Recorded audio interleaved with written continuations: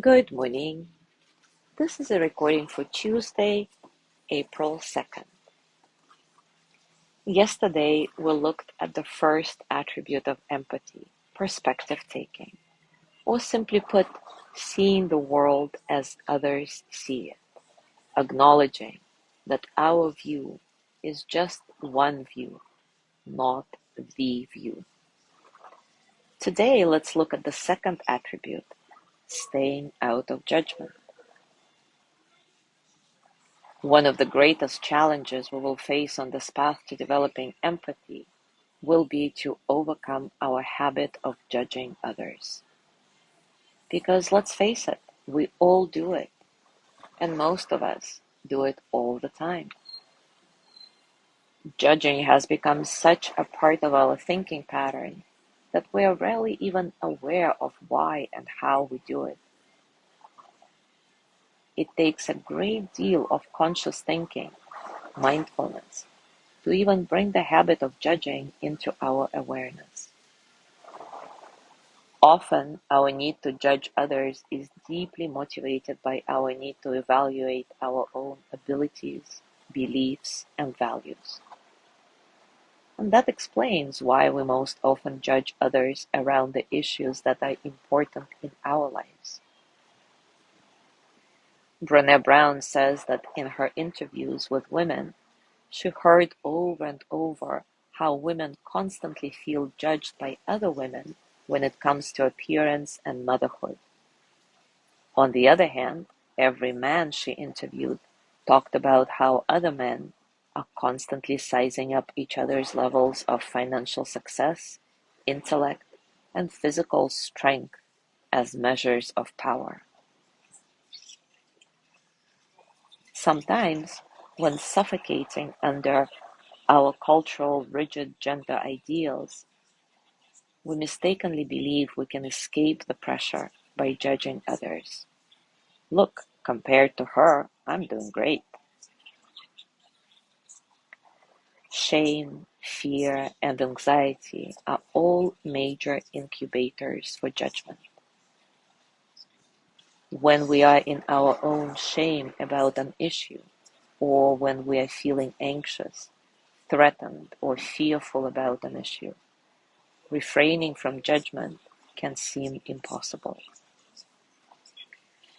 In Brené Brown's interviews, there were three topics that consistently elicited painfully harsh judgments on the part of the participants.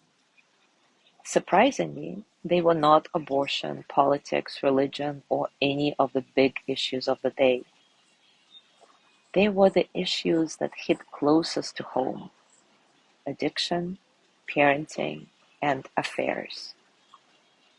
In other areas, women felt remorse about being so judgmental towards others, but when it came to those three topics, women felt absolutely justified in their angry judgments.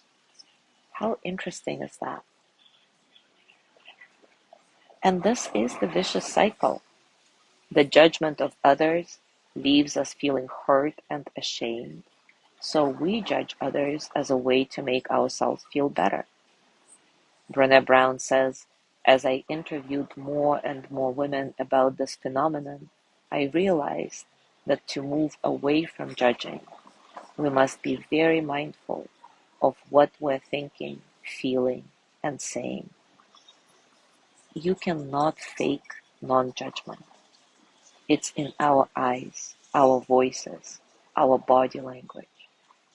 Real empathy requires us to stay out of judgment, and that's very difficult if we are not self-aware. We must know and understand ourselves, because before we can know and understand someone else. So today, let's practice non-judgmental self-awareness through a guided meditation from Tara Brach called The Power of Yes. Take a comfortable position, and as usual, take a few moments to settle. Settle into your body, your heart, your mind. Settle into this moment, right here. right now.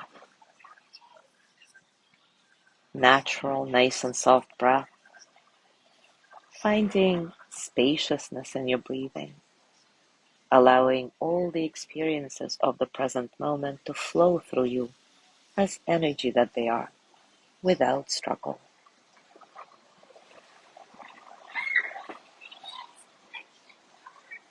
Now bring to mind a current situation that elicits a reaction of anger, fear, grief, or shame. It may be a rift with your partner, the loss of a loved one, a power struggle with your child, a chronic illness, a hurtful behavior that you now regret. The more fully you get in touch with the charged essence of the story, the more readily you can access the feelings in your heart and throughout your body. What is it about this situation that provokes the strongest feeling? You might see a particular scene in your mind, hear words that were spoken, recognize a belief you hold about how the situation reflects on you or what it means for your future. Be especially aware of the feelings in your belly, chest, and throat.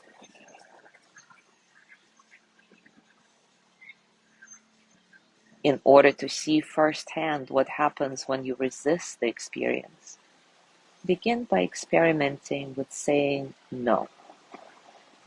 So as you connect with your pain that you feel about the situation you've chosen, mentally direct a stream of no at the feelings.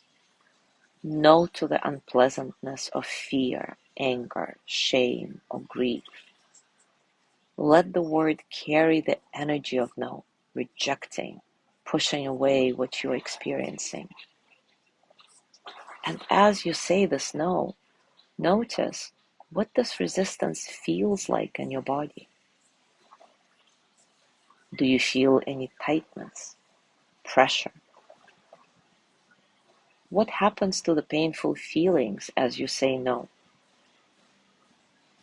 Do they disappear, or do they continue being there relentlessly? What happens to your heart? Imagine what your life would be like if for the next hours, weeks, months, you continued to move through the world with the thoughts and feelings of no.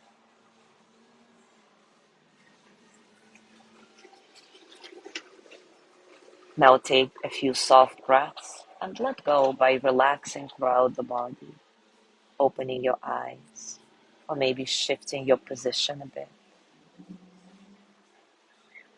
And now take a few moments to call to mind again that painful situation you'd previously chosen, remembering the images, words, beliefs, and feelings connected to it. This time, though, direct a stream of the word yes at your experience. Agree to the experience with yes. Let the feelings flow, held in the environment of yes. And even if there are waves of no, fear or anger that arise with the painful situation, or even from doing this exercise, that's okay. Let these natural reactions be received in the larger field of yes. Yes to the pain. Yes to the parts of you that wants the pain to go away. Yes to whatever thoughts or feelings arise.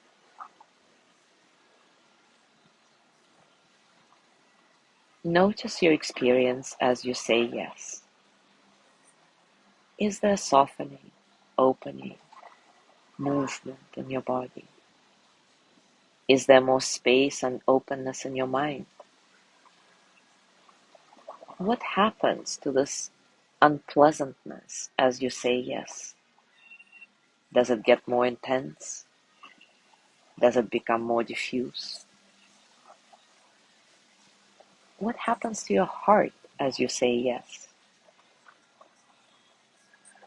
What would your experience be in the hours, weeks, months to come if you could bring the spirit of yes to the inevitable challenges and sorrows of life?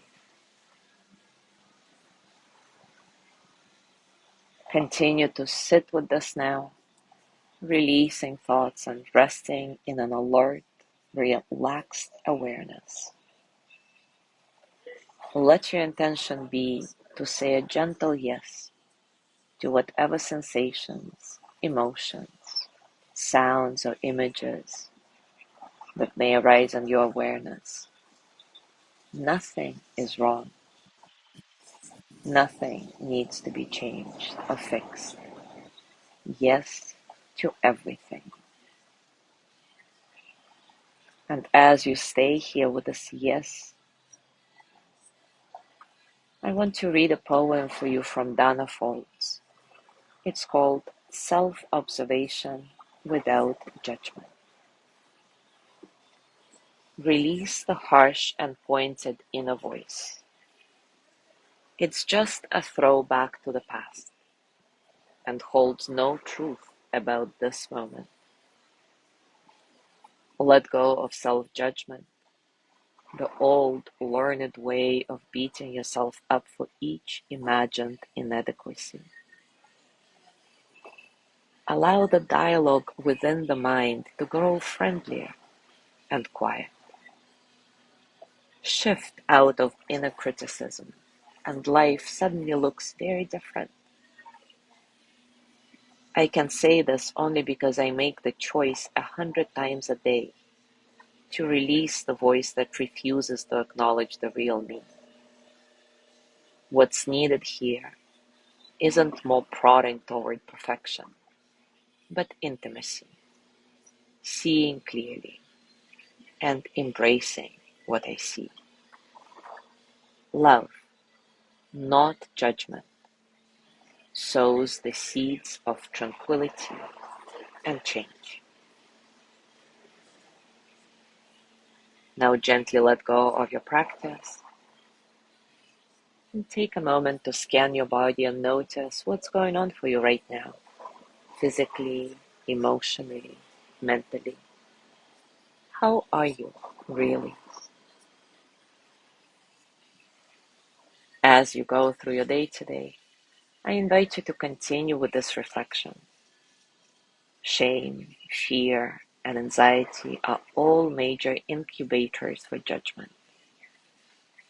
One of the greatest challenges we will face on the path to develop empathy will be to overcome our habit of judging others.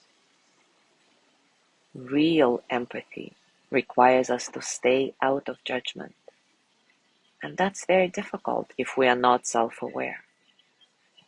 We must know and understand ourselves before we can know and understand someone else. So go through your day with this reflection, enjoying your discoveries as always. Thank you so much for being here today. Have a beautiful day. Tomorrow is Wednesday with Lorna's breathing practice, and I will see you again on Thursday.